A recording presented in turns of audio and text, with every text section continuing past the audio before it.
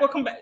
So we did a rerun last week, right? Yeah, we replayed, I think, Ruth Carter Lynch's video. Yes, because she is going to be in a runoff in November. So we figured we try to. Jeff Holness, I guess we need to play Jeff's video too. Yes, we can do that this week. Unless they all want to come back.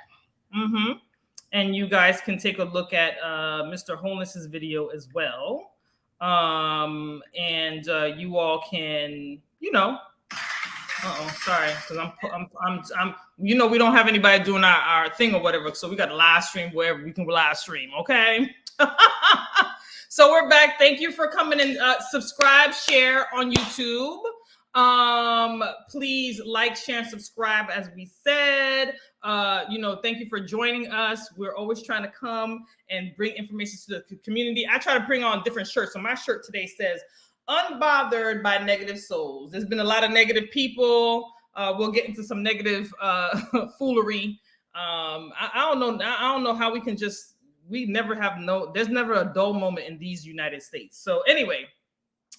My name is Narnique Pierre Grant, but you can call me Nikki Grant. I am one of your co-hosts for Race and the Races.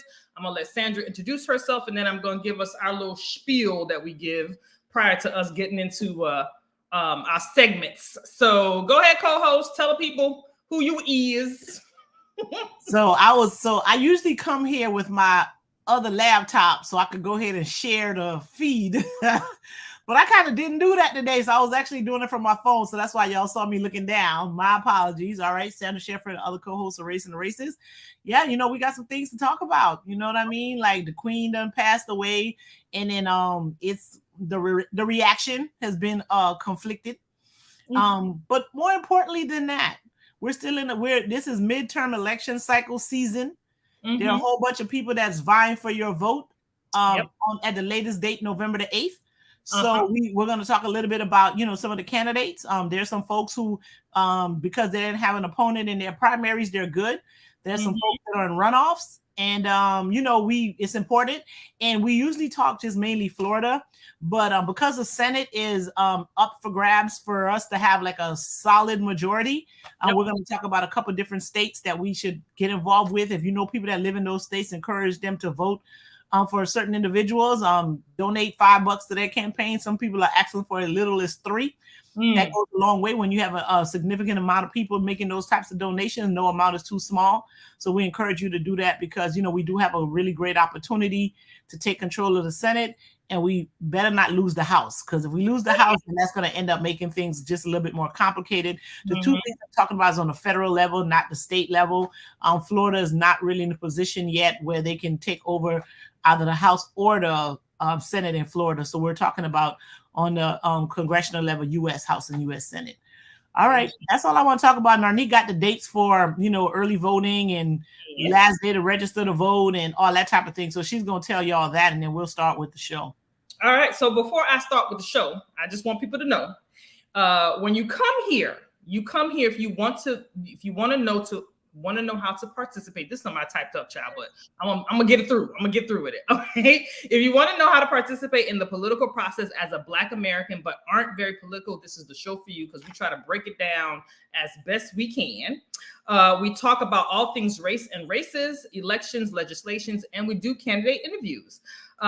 We keep all of you up to date as much as we can, and we keep you informed and give you actionable items to do on your own to help facilitate your political participation. And we also ask that you do that with your friends, families, whoever you talk to, whoever you come in contact with, because the more you know, and the more we galvanize people, the better we get our stuff out to everybody. All right. So I was in the process of sharing, because we do our own things in the background here. We don't have a paid group of people to do our stuff. So we multitasking. So we want to start off with the elections that just happened. We just had the primaries. Now we're heading on to the general election. So school board. This has been a hot topic because apparently the governor of Florida had, I guess, across the state decided that he wanted to endorse candidates, school board candidates, where in some counties, those school boards flipped, becoming a majority DeSantis endorsed candidate type school boards. And this is significant because we all know that the governor has, signed into law quite a few legislation that affects education. One being the Woke Act, and then the other being the Don't Say Gay bill. These are the names that have been given to the bills by people who are advocating against them. And so now you have, endorsed candidates. Well, now they're school board members in different counties who share the same sentiment as the governor, and could potentially be an issue with curriculum, issue with how teachers teach. And people should be concerned. People should be very, very concerned. For Florida, for Broward County, which is the county we live in, we have school board seats that are going to go in the runoffs for November. That's going to be seat number 1, number 5, number 6, and number 8. There was a total of 6 seats that were up, 2 won by either the majority amount that they needed, and then the rest were you have to have 50 plus 1 in order to win. So Nora Rupert won her seat. Nora Rupert won her seat without a problem. So now that leaves District 1, District 5, District 6, and District 8 coming up for runoffs in November. If you would like, or we have. Who's not in a runoff? Pardon?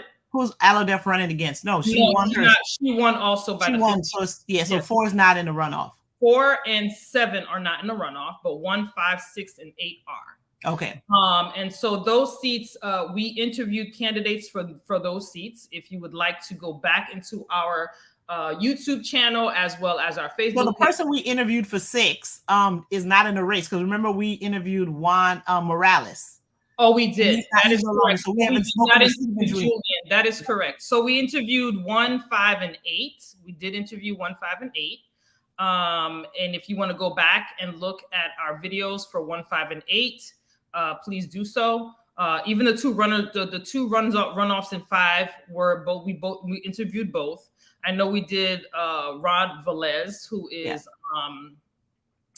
is the runoff, and I think he's running against a woman by the name of Brenda.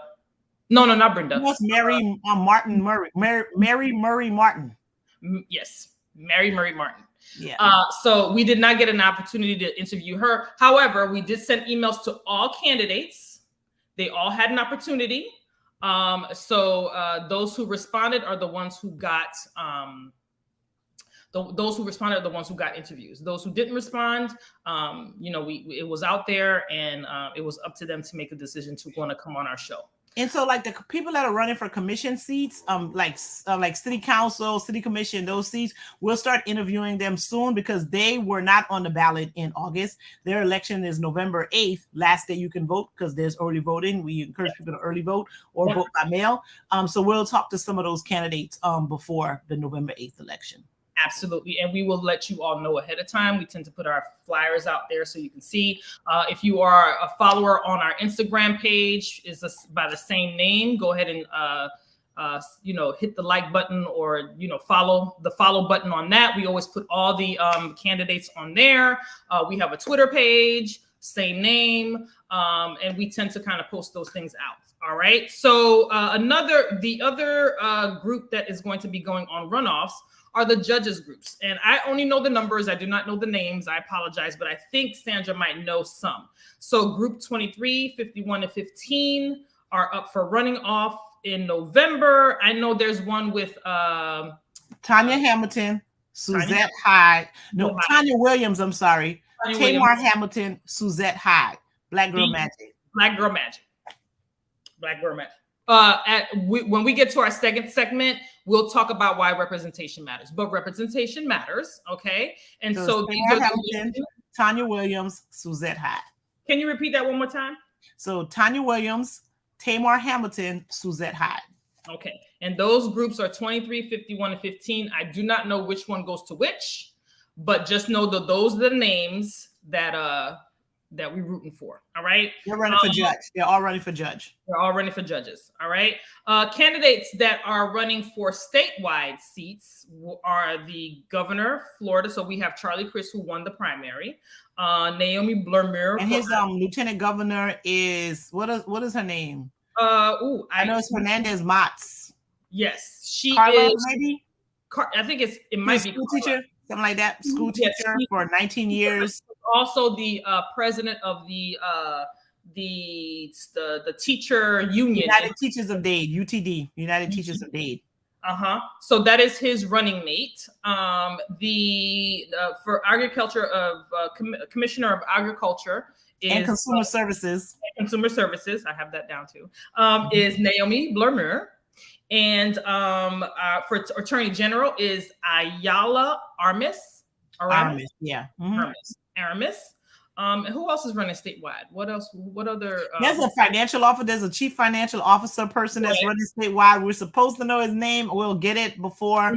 I can't think of his name on the top of my head, but he's also running statewide, and that's a very important seat because if you get all of those folks on the same team, government works better. Right, because you don't have anybody that's stopping, everything from running smoothly. So you also want to support that CFO candidate, and I'm going to tell you his name in a minute. Just give me a sec. But Narnika is going to keep talking while I find it. And so nationwide elections that we have to be paying attention to. It's really important that we do that, only because what happens at the federal level affects us all, right? And so we have states, 10 states that we need to be making sure we pay attention to. And if you have any family members, friends, who live in those states, please encourage them to vote and make sure that they understand who they're voting for and what those people stand for. So states to watch are Arizona, Florida, obviously, Nevada, and Pennsylvania. North Carolina. I know. I'm gonna get to them. I have to break down. I thought you said and. I thought you can't say and. You got to keep talking. I'm sorry, my bad. I'm gonna let you do you. Go ahead. I'm like, no, you stopping too soon. There's other states. Yes, there's other states. There's some other states. I need to break it down in terms of the races they need to watch for, right? Okay. They're most important. Okay, so Arizona, Florida, Nevada, and Pennsylvania are targeted U.S. Senate seats, House and governor races. So pay attention to the House of the U.S. Senate seats, the House seats, and the governor seats races, right? Those races are really, really important to pay attention to because as you can see, even when governors make laws in their states, other governors take those laws and emulate them and bring them to their state. So it's important for us to look at who they're voting for governors too. As you can see, Florida, it's just out of control. So I'm just saying states like Texas took some of verbiage from Florida's legislation and bills to create bills in their state. So this is why we talk about other states. All right. In Kansas, the House and governor race, you need to pay attention to that. New Hampshire, is it New Hampshire? Yes, I think it is New Hampshire, Ohio, and Wisconsin. Also look at their Senate and their governor races. North Carolina. Now this one, there will be a high profile open seat election for the Senate seat in North Carolina. I'm sorry I didn't get the names of the people, but I just wanted to throw those states out there so you all can be aware and, kind of look that information up. And then as well as they have House. Look it up if we're the ones that's out here providing information. I know I wanted just to put the states out there. I feel like if you put the states out there, you can kind of see, you pop up and you see what's going on. But we will put on right now because I actually have a screenshot of it. Perfection. Yeah, she's the lady that's running in that race. She was a former judge in North Carolina. Okay. Her name is sorry about that. Yeah, she was I think on the North Carolina Supreme Court. Her name is Cheri Beasley. Cheri Beasley. Yeah. Cheri. Okay. Cheri. Last name Beasley. Cheri Beasley. She's running to be senator, U.S. senator out of the state of North Carolina. Mm-hmm. And believe it or not, There's also a black woman trying to be the senator out of the state of South Carolina. Her name is Kristen Matthews. They don't talk about her as much, except for now because they figured she was no competition. But I think she did something that's a little controversial, so they starting to talk about her now. Her name is Kristen Matthews. They're asking for her to get out of the race. But Kristen Matthews also looking. I think she's running to be a rep out of the state of North Carolina. So that's another race to watch. Well, listen, I feel like it's important that we do look at the other states in their races. It's extremely important because when you have people like what is his name again? That refuses to Lindsey Graham. Is it Lindsey Graham? Out of South Carolina, what he refused to do? Well, I mean, not refused, but he is the one that we're pushing in terms of we talked about this earlier, where he wanted. Now, mind you, the abortion thing went down to the states. Now, all of a sudden, is it Lindsey Graham that's trying to do that? Yes, he just made the news because he was talking about 15-week abortion bans. You see what I'm talking about? But part of the reason why he's doing that because that Dodd decision that were basically sent Roe v. Wade and made it a state issue is part of the reason why Democrats have such a good chance of really running the Senate, because I guess they didn't realize how unpopular making that decision would be. I don't know how they know that, but it is a very unpopular decision. So he's trying to find a way to, maybe, get some of those folks back on board and to go ahead and vote for some of the U.S. senators and send the Republicans back to the Senate. Right. But if they know what I know, those folks are not to be trusted, right? Not at all. They're going to tell you and say what it is that they need to say. Oh, to get you to vote for them. And then they're going to go and do whatever they want. So you know what I'm saying? Even if Lindsey Graham's saying that's something he wants to do, that's inconsistent with everything they've done. This far. So he's not to be trusted. Okay. Listen, not to be trusted at all. Well, and that's why it's important that we look at other states and their elections as we move forward, coming into this general election in November. Because listen, well, I don't know if you gave the name. So out of North Carolina is Sherry Beasley. Out of Pennsylvania is Fetterman. He's the one that's running against Dr. Oz, right? And in Ohio, it's Tim Ryan. He's running against a guy named JD Vance that's talking mad crazy stuff, right? Like that dude is like, I don't even understand how some of these races are competitive, but they are. And then, of course, out of Georgia is Raphael Warnock. He is the senator-elect. He's running for re-election. He's not there. He wasn't there for the whole 6th term because he took over the term of a retiring senator. So he's running against Herschel Walker. And again, I don't even understand how that race is competitive because half the time when Herschel Walker opens up his mouth and says something, no one knows what he's talking about. And he don't half the time know what he's talking about. But I have to give the Republicans a little bit of props for what it is that they do, right? So they get, because we were in a session on Monday talking about like elections and, messaging and all those different types of things. Right. And one of the groups that a lot of the Democratic candidates have to not have to focus on, right, and direct message to is Black men, right? Because their messaging is different from what you would say to a Black woman to get them to vote, right? Absolutely. And the fact that you're Black is not enough for them. Nope. So what the Republicans are doing is putting up Black male athlete candidates that some of these brothers liked when they played football, right? And I'm not mad at you liking them when they played football or whatever sport they were playing. You just don't need them to be your elected official, right? Because those skill sets don't necessarily transfer well, right? So yes, you might like this person as an athlete or even as a person. They may have a great personality and all that kind of stuff, but that's not what an elected official make. That ain't what you need. So the Republicans have really been able to distract some folks by putting up candidates that they believe, I ain't gonna say they know, but they believe and clearly strongly believe that people would vote for just because they liked them when they were playing professional sports. There's another example of that in the Panhandle. I think this guy's name is, I want to say his name is Corey something. He was also a former football player for Florida State, and he's running for a seat in the Panhandle, and people are supporting him. They're like, oh yeah, he's that football player from Florida State, but he's also a Republican, and he's actually It's on his signs, but it's very small on his signs because he don't want folks to see that. They want to just focus more on the fact that he was, his name is Corey Simon, and he's running for a seat out in the Panhandle. And so people are like, yeah, I like him. I remember him from Florida State days or whatever, but they're not paying attention to the fact that he's a Republican, and he's not going to necessarily have their interests at heart. So please, men, don't fall for this okie doke. Yes, that might have been your football hero, but that don't mean he needs to be the elected official representing your state, dealing with like real people, real life issues. Okay, right.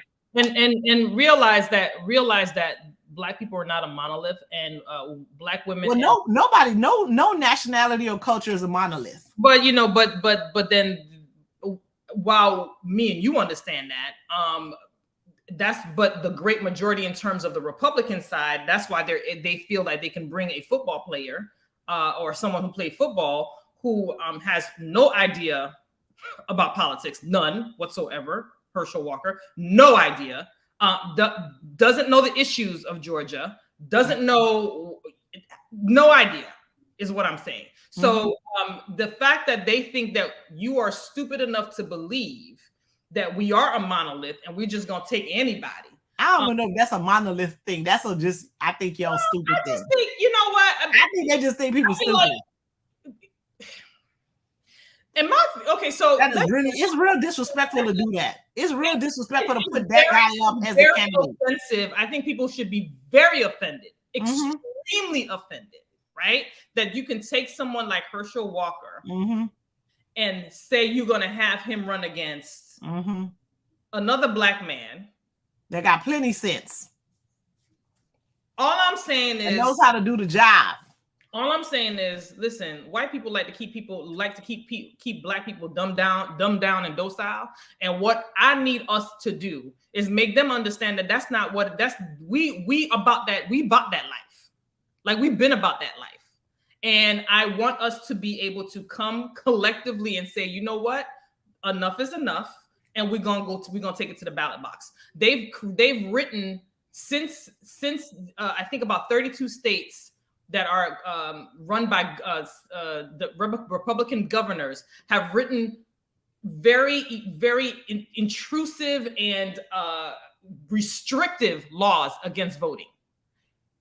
If your vote didn't matter, they wouldn't be killing up themselves creating all these bills. No one tries to take away something that's useless. Come on. Really? It's not hard to take away something that has no value. Come on. You know what I'm saying? Like, if they felt like it was useless and it didn't mean anything, why would you create all of that? Why would they fight so hard to take it from you? Why? Just understand that part. And then let me tell you something. I think I sent the clip to Sandra where Roland Martin was talking about those people who say, well, I'm not going to vote. I'm just don't do that. Don't do that. Please don't do that. Please don't do that. Please don't do that, because when you decide not to vote, you're pretty much conceding and allowing others to make decisions for you, right?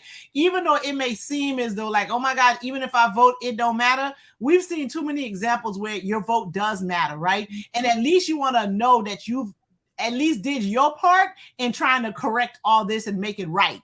You know, absolutely. So don't take the position that, oh no, I'm not going to vote. It doesn't matter. Right. That is absolutely the wrong approach. We saw like when they previously had the District 20 race that came down to 5 votes. We just had a situation where one of the judge races in the primary, it was a matter of 340 votes. And that sounds like a lot, but that is not a lot. That is a small number of folks, man. That's just a couple people coming in voting at a few precincts. I mean, I went to a party that had 200 people and they were all related. I was the only person that was not a relative. You understand what I'm saying? Right. You know, so 300 votes may seem like a lot, but it's not. It's not a lot. But so, you know, like just like you're making this decision not to vote, so other people are doing the same. Never take that approach. Your vote matter. You need to do it, and you need to know that you at least made an effort to be part of this process. And when we do that, and one of the things you have to understand, if Democrats turn out and vote, Republicans lose every time. The way they win is that they expect Democrats not to go out to vote. They're not inspired. They're not motivated, whatever. But once we come out to vote and we come out to vote for real, they lose every single time. Because and one of the things that's happening in Florida now is that we have like almost 4 million people that are registered as non-party affiliates. That includes people who vote Democratic and people who vote Republican. I think it may have more people who vote Democratic than it does people who vote Republican. It's just that some folks are discouraged with the Democratic Party because they believe that they take advantage and that they may have the same position on the issues, or they just don't fight hard enough for people's issues. So if we get the NPAs to come out and vote and Democrats come out in strong numbers, there's no way Republicans are going to lose. Absolutely. Now, there are times where you have candidates and you cannot see the difference between the two. Right? Or when the political parties are in power, you don't necessarily see the difference between the two. Right. This is not one of those times where you cannot see the difference between the two political parties. This is just not that time. I mean, we have people on the Republican side who don't believe the outcome of the 2020 election, who think that the former president having those top secret documents was just a storage issue.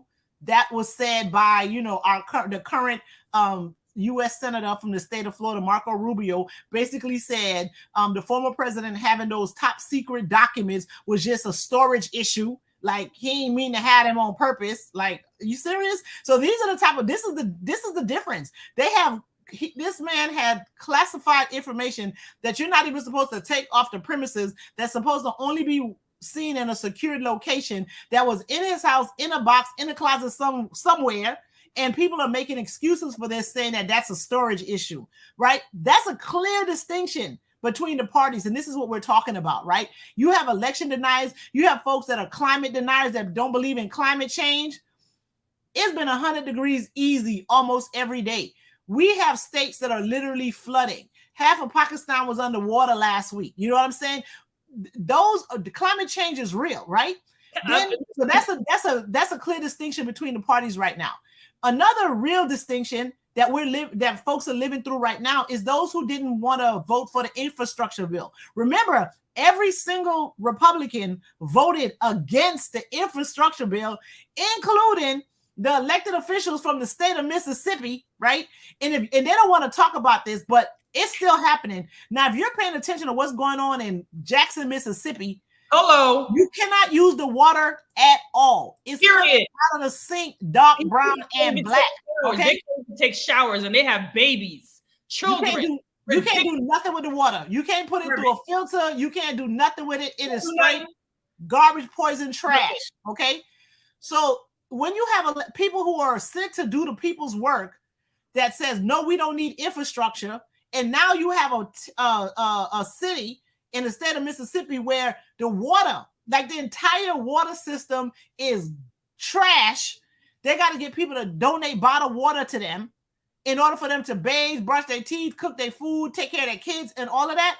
There's a clear distinction between the parties. And please understand that. So we need folks to come in and vote for folks who at least, even if you're not 100% on board on all the things that they're talking about, you at least want to have somebody in office that think it's important for Americans to have clean water coming out the faucets that's in their house, right?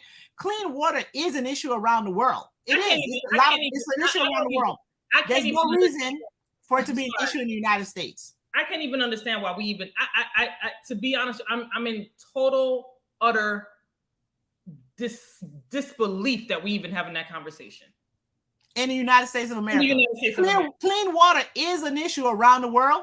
It should not be an issue in the United States at all.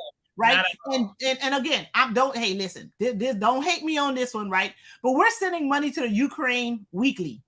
They ain't talking about that, but they are, right? And it's in the billions of dollars. Okay. I think the last amount of money they sent to them was $8 billion. You better talk about it. Charity starts at home. Charity starts at home. Mm-hmm. So, and again, what's happening in Ukraine is horrible, right? But you got people here who getting brown and black water coming out their sink and they can't use it at all. Charity starts at home. So you at least need to have individuals who are elected officials who were sent to do that job, and that job was to do the people's work, to care and make sure that the people are okay. So in this moment, there's a clear distinction between the parties. And in this moment, there is no luxury for you to say that you're going to sit this one out. This moment, you cannot sit this one out. And if you do, you've made a conscious decision to allow the other folks to win. A lot of other folks to win. So you don't have, at this point or whatever, it's not even about, you have no choice. You have an obligation to the people that you call family and friends, to the people that you support and you work with.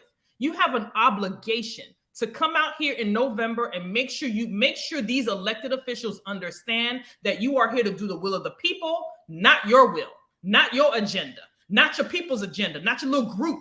Because these senators and these governors need to understand that they are representing the entire state, not just the portions that agree with them and follow their ideology. So let's make it very clear in November. You do not have an option. I'm saying it clear and date. There's no option not to vote. You have to vote. And let me tell you, so it's Mississippi today. Florida could be next, right? Because we be having all kind of problems around here in these here streets, okay? We had sinkhole problems before. We had hurricanes. The flow up, okay? Listen. Yeah. So, we have hurricanes, we have natural disasters, we have all kind of things that could put ourselves in a situation where we're going to need the assistance of FEMA or some sort of government official or something like that. So let's not be like, well, that's Mississippi. That ain't my problem. No.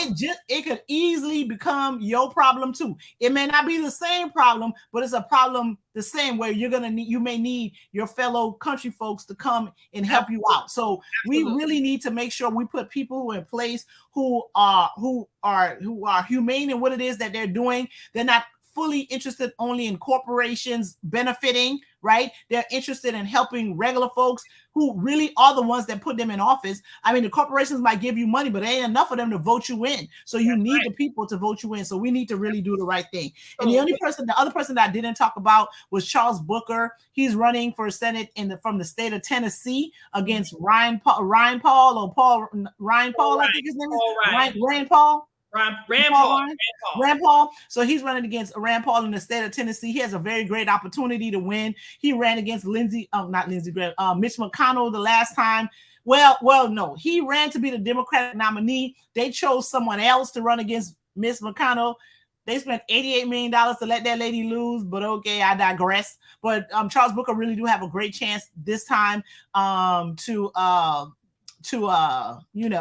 help change the makeup of the Senate for the better. And we really need to make sure that happens. So remember those names. Please look over this video again when you want to get the names and all that to look up those states. It's important that we let our families and friends know in those states that we really push to vote in November and make sure that we try to maintain the House and the Senate, but also get change, real change for those states that need it direly. Like there's some states that are suffering, and I don't understand how that is in the United States. So, and I did talk about Rubio, but I didn't call the name of the person that's running against him. So Val Demings is running against Marco Rubio from the state of Florida, and we need to make that happen. A lot of these elections are historic in nature, and we need to make it happen. We should really be motivated and inspired.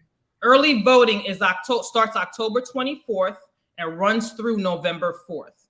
And during those early voting, you can go to any early voting sites in Broward County, any early voting site from 7 a.m. to 7 p.m. General election is the November 8th, as you all know. Are those the early voting hours for Broward? Hours are 7 a.m. to 7 p.m. Okay. Early voting hours are 7 a.m. to 6. So you have the whole day. Check with your county because it may be different in different counties. Because I know Dade and Broward had different hours. Broward County. I'm only talking about Broward County. And then and this is early voting sites. Any early voting sites. Make sure you go to Broward Votes or BrowardSOE.org to get the information of where those early voting sites are. And then obviously general election is November 8th. Very last day for you to vote. And early vote and vote by mail though. Early vote and vote by mail. I've already early voted, We're waiting for the ballots to be sent to us. We haven't had for the November yet. That hasn't been mailed out yet, but I'm going to get those dates for you. So you meant you early voted for the primaries because we don't want to know. You don't want to make a suggestion that you got some valid already that. No. I only voted for the primaries. Didn't early vote. Okay. And you actually did vote by mail. You voted by mail in the primaries, and I early voted because you sent yours in as soon as you got it, and I just went to early vote. Quick, fast, and in a hurry.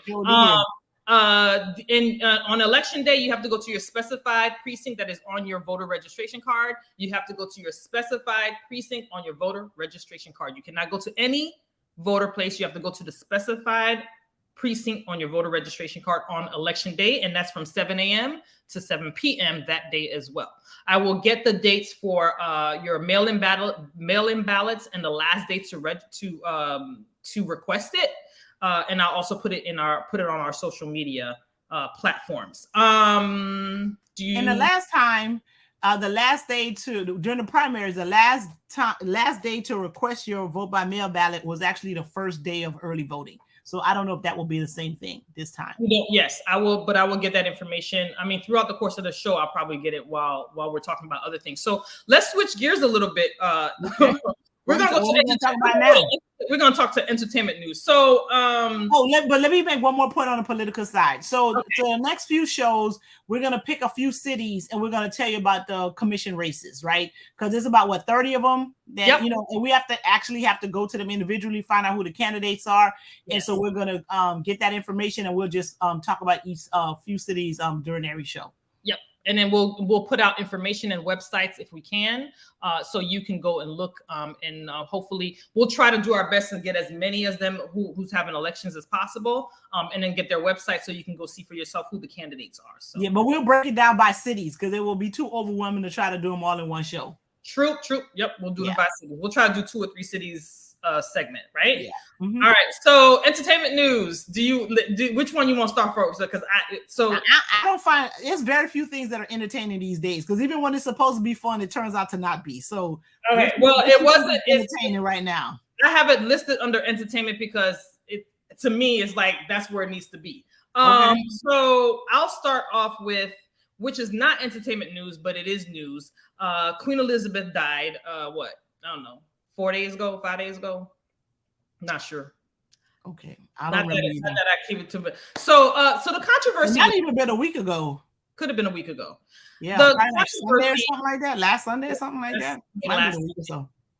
So the controversy, yes, there is controversy with that. It's because you have, as it should be. Well, listen, the monarchy is known for genocide, pillaging people's countries, colonizing people's countries, taking stuff. I come from one of those countries that were under British rule. Well, I was born in one of those countries that was under British rule. We got our independence in 1973. Well, yeah. So the controversy is that those she's from a country that had French rule. Yes.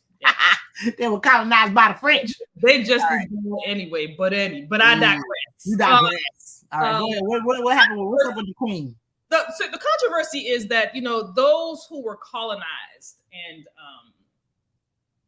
and was stolen from, pillaged, those countries and those people, don't really care that the Queen died. As a matter of fact, they were doubling down on how they felt. So it's not that they didn't. I don't want to say that they didn't care that the Queen died, right? They weren't sad that she was gone, and they were not going to act like she was this great person, right? That did great things for the world. That's what it was, right? Because the expectation was that people would be like, oh my God, the Queen is gone. Look at all the great things she did. She was the head of state for 70 years and all of that. And the other people was like, well, y'all see history very different from us. This is what this woman did. She stole diamonds that could send 75,000 South African students to school. You know what I mean? So we don't have this beautiful memory of her. There were people from other countries who basically said they did not care. Okay. Mm-hmm. They, maybe some of them, maybe for the great majority, this is not the feeling of they didn't care. But there are some who were staunch out there on platforms and on TV saying, we don't care. I'm not sure why we're having this conversation, I think that the clear issue. But the don't care doesn't come from no place. That's the point that I want to make. It's like it's not coming from like a nowhere. It has reasons why they can't care about her the way others may feel, because there's a history there that's hurtful and painful, that's not being acknowledged, they're not even trying to make it right. You know what I'm saying? So they're not going to feel the same way about the folks who are hurt by this loss. They're like, you can't get us to feel that way because this person did nothing but damage and harm to us. So that don't care comes from a valid place, is what I mean to say.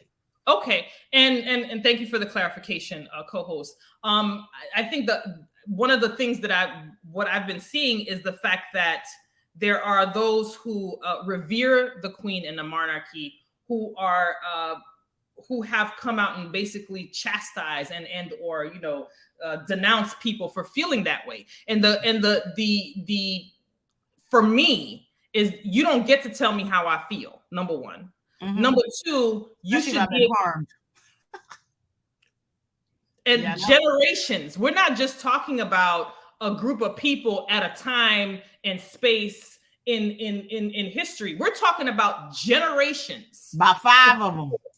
About 5 generations worth of different people, not just Black people, not just Irish Twitter was like, that's slow and painful.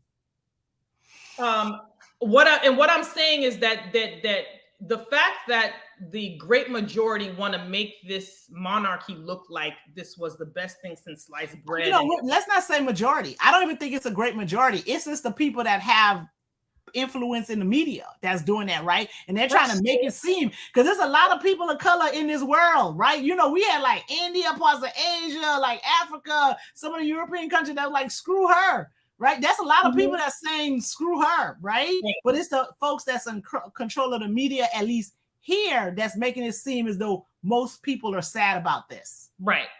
The other thing that I'm perplexed about is the fact that the United States is romanticizing this so much, because this is the same United States that fleed her great grandmother and said, this is not what we want. We're gonna leave on a boat with the things on our back. We're gonna find a whole nother country and we're gonna do our only thing we could, whatever we could carry.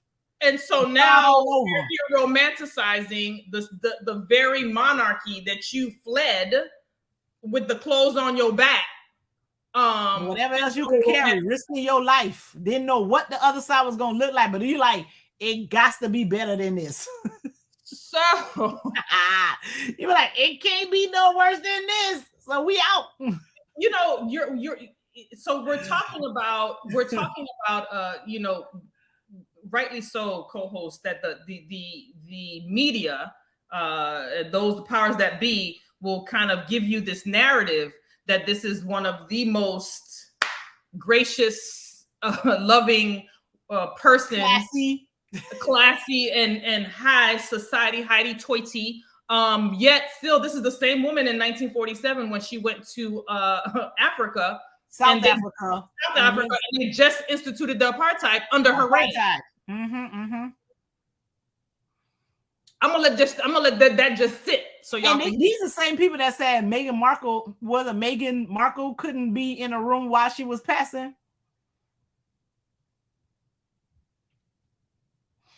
So excuse me if I'm part of the generations, or if I support and agree with those who are not really sad about this. Yeah. And the lady was 96 now. She had a great life. She had a great life. She had a great life. So much so that she left $28 billion. She had a great life. So I'm gonna need those who telling people that they shouldn't be feeling like that to miss me with the BS. Can't tell you how to feel. So Uju, the professor, what school was she from? Ooh. Carnegie Mellon. Yes. She said what she said, and when they tried to get her to apologize, she said, keep wishing upon a star, because that ain't gonna happen. Mm-hmm. And what she said was quite profound, and I felt we won't repeat it, because Twitter took it off. They were like, it was that bad. I won't repeat it, but I felt it and I concur. We understand. I understand. I don't know if I'm gonna concur, but I understand. No, I'm gonna concur. I'm gonna double down and say I'm gonna concur. I agree. All right. All right.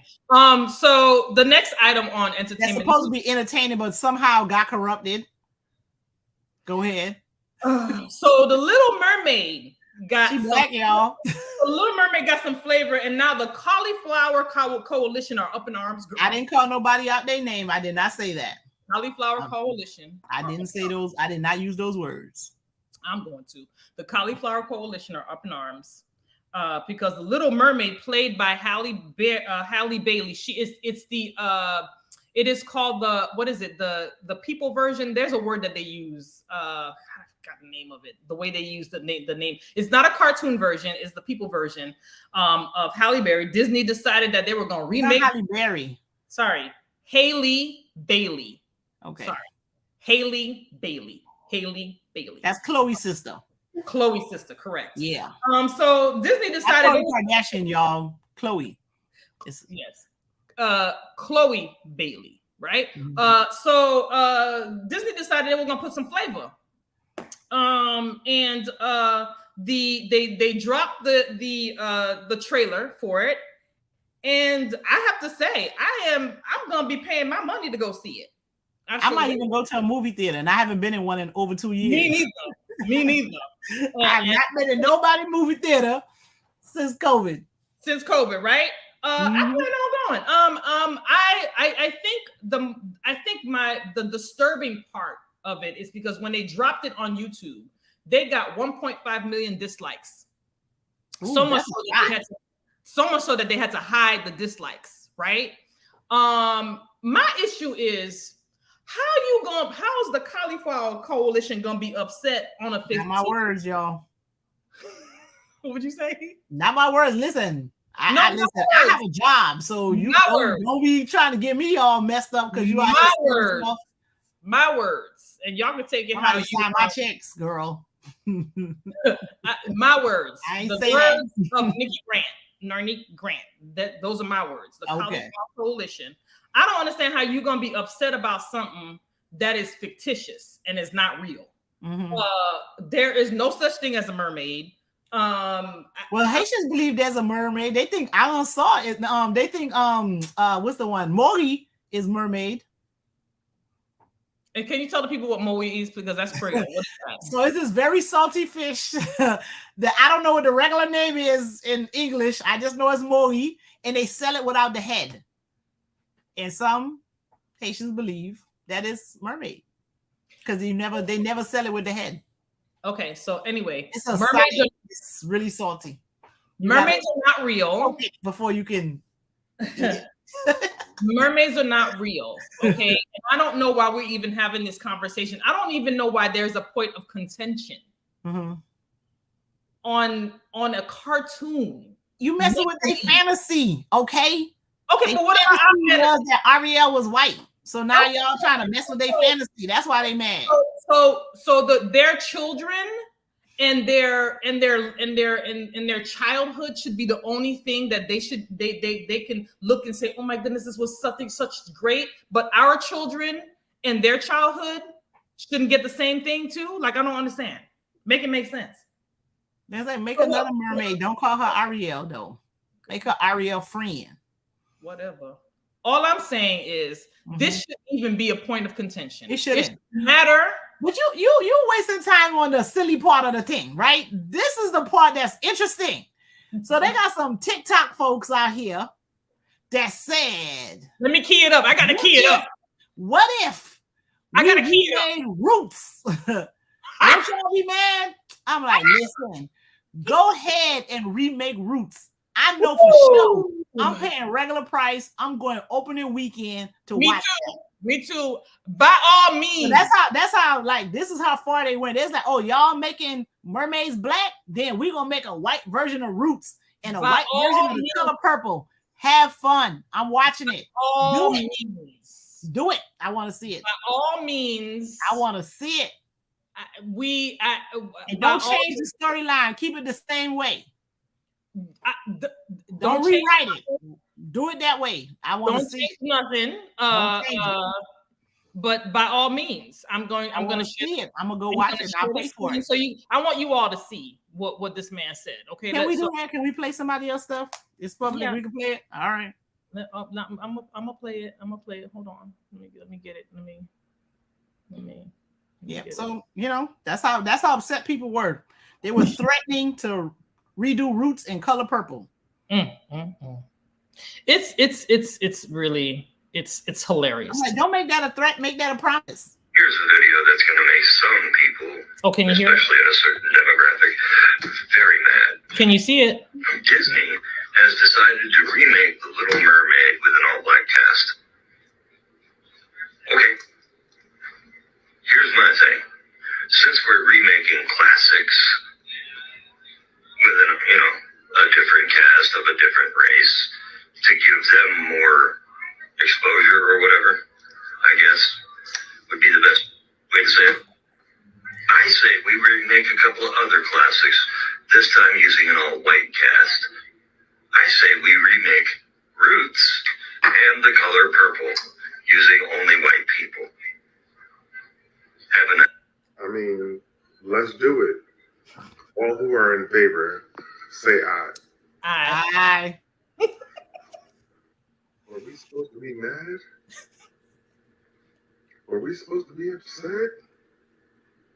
If y'all want to reenact years of brutality and unaliving, we love that for you. You know what I'm saying? Do that for yourself. Do what you got to do. We're not going to stop you. Okay, so do it. And I said that before I saw that video. Once I heard it, I was like, "That's what y'all trying to do." I'm watching it. Okay, I'm gonna pay full price. I don't want a discount. And I don't want risk COVID or whatever the heck else you could get in a movie theater to see it. Listen, and I want it to be true to the authentic part because Ruth don't change nothing. Don't change nothing. Ruth my name Punta. No, your name is Toby. Roots wasn't fake. That wasn't a fake story, but okay. Color Purple. I am all for you making it that way. I'm all have a whole lot of fun with that one. Listen, and I would pay serious money to go. I'm telling you, I'll come to see it. I'm going to see it. Mark Spence said, remember, slavery is now involuntary replacement. Okay, that's on the ballot, right? Yeah, involuntary relocation, all that kind of stuff. Okay. Is on the ballot in Texas, I think, right? Because they want to change it in the curriculum instead of using the word slavery, they want to say involuntary replacement. Involuntary replacement. It's involuntary relocation. Okay, involuntary relocation, isn't that like abduction? That's kidnapping. That's still a crime. Aren't you kidnapping somebody? Like that still ain't no better. Kidnapping instead of slavery. That's what we doing? What we doing? Okay, nonsense. I'm just saying. Nonsense. And the other thing that we also on that to that point, one of the things that are being attacked, governing bodies that are being attacked are school boards, right? Mm-hmm. They're putting all these folks on a school board to kind of dictate curriculum. Listen, y'all children got to go to colleges and universities outside of the state of Florida. They sure do. You understand? So don't let these people teach your kids these lies that ain't nobody nowhere else about to believe. Okay, so be careful of that, right? Your kids are supposed to go to school to be college ready or trade ready or whatever, and they're supposed to leave there with some sense. Be careful. Be careful what it is that you're wishing for, asking for, because you in your feelings about some stuff and you don't want to face the truth about real life or whatever. But you go into academic institutions, they're gonna tell you the truth, and you want your kid to be the dumb one that's in there talking stuff, and then they're gonna be like, "Oh, you must be from Texas, you must be from Florida." You know what I'm saying? Like, because they're over here talking crazy. My thing is to stop looking 5 feet in front of you, and you better start looking long term, because you setting your kids up for a whole lot of mess. A whole lot of mess, and unnecessary mess. Unnecessary. And those types of things are not going to age well. all this foolish, it's not going to age well. Not They're at going to all. look back at history and like, what were they really going through? Involuntary relocation. You think that's going to age well? That's still a crime. Go sit down. Anywho, so I'm gonna That go. was supposed to be our entertainment segment. Yeah. All right, so let's talk about this Black excellence so we can like let these people go have dinner. Yeah, let's go to our Black excellence. So our Black excellence is for today is Elijah Muhammad in Georgia. 12-year-old is making history by becoming the youngest Black student to be accepted into college in Oklahoma. 12-year-old genius is currently a high school senior at Prep 1 Collegiate Academy. He is which is a homeschool program his father runs. He will be graduating with an associate's degree and his high school diploma at the same time. 12 years old. Mm-hmm.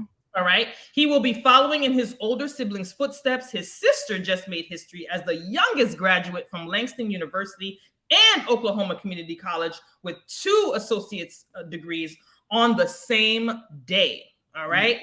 To read the full article, please go to www.atlantablackstar.com. Elijah Muhammad Sr. is doing with his kids is phenomenal. Mm-hmm. There are really more stories like that in our community with our children. We just don't hear about it, but this is the best time for us to highlight these stories. Let me tell you something. And he was accepted into an HBCU, by the way. I don't know if Let me say, if I had the luxury of homeschooling my kids, I absolutely would. I would. I gotta go. I gotta go work. I can't do it either. I would love to do it. I want to say a huge congratulations to Elijah Muhammad Jr. We are very proud of you over here in Florida. That's not the Elijah Muhammad that was head of the Nation of Islam. Not just him. In case y'all getting it. This is a 12-year-old genius in Oklahoma. We want to let you know over here in Florida that we're rooting for you and your sisters and your brothers. We salute your dad for such a great job, parents. Good job. And we will continue to highlight stories like that because in our communities, we have a whole bunch of diamonds that are not able to be exposed and be highlighted. And we want to make sure that we use our platform to do that as well as educate. Book of the week is called Reclaiming Our Space. It is how Black feminists are changing the world from the tweets to the streets. And the author's name is Feminista Jones. I highly recommend that one. Pardon? Feminista. I think she picked that. That's her chosen name. That's her chosen name. But I don't know if that's her government name. I don't know if that's a government name. I think that's her chosen name. I'm liking the Feminista, honey. But listen, I highly recommend the book. I'm like about 2 chapters in. Really like eye-opening. It's more of how we've transitioned into this social media space and using that platform and using our voices to amplify us, as well as there is a lot of highlights how to deal with white women in the space and white men. I highly recommend it. You're talking about the microaggression type. Yes. Mm-hmm. Okay. Mm-hmm. So I highly recommend it. We will continue to do that. We started doing that and then we kind of fell off on our books and stuff like that. But we'll be back to doing that with our Black excellence. And again, I want to reiterate: early voting starts October 24th through November 4th from 7 a.m. to 7 p.m. I read on the website because I pulled it up. It says that vote by mail ballot requests will be accepted for an election no later than 5 p.m. on the 10th day before election day. The 10th day before election day. So 10 days before November 8th. It's gonna be something like put us at the 22nd or something. Maybe the 22nd, 21st of October. Because October has like 31 days in it. So maybe the 20th. The 28th. 28th. Oh, the 28th. Okay. 28th. So last day to request. So I was not a math major. Me? The 28th. 28th. The last day for you to request your mail-in ballots is October 28th. All last day to get your mail-in ballots. Request that. And when you request it, then you got to go take it to a Dropbox. You can't put that in the mailbox at that point. No, yeah. Once you request it, you're gonna have to go to either your precinct or your Dropbox and drop that off. All right. So that's the very last day that you can request. So I would encourage you to request it now. Request it now. So you'll have it in.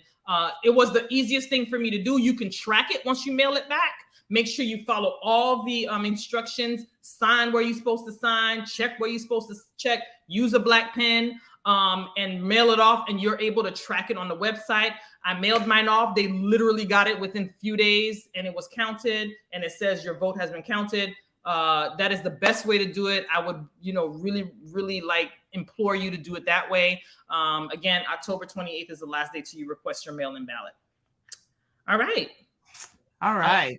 So this time, 1 hour. Okay, right at it. So we will see if we're trying to cut it down to shorter times because we don't like keeping people on hold for so long. So listen, next week we're going to try to bring out the other the cities. Yeah, we're going to start with the city commission, right? County commission races. And then we're going to try to reach out to some of the candidates and see if we can get them to come on. I've been getting emails as we speak, so we may have a few coming up. Beautiful. Yes. All right. So we want to make sure that, again, voting is your superpower. I keep saying this every single time, and I literally mean it with every fiber of my being. Voting is your superpower. This is where we tell people who are supposed to represent us, because the power is with the people, not with the people in power. So make sure you use your superpower to the best, to benefit all, not just you. Everybody else benefits when you vote. All right.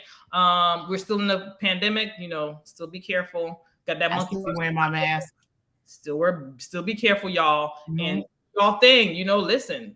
Elections right around the corner. Listen to these candidates and what they saying, honey. Because it's not all. Yeah, sometimes what they're not saying too. What they're not saying too. Yeah. Okay. All right. We'll see y'all next week. Bye-bye.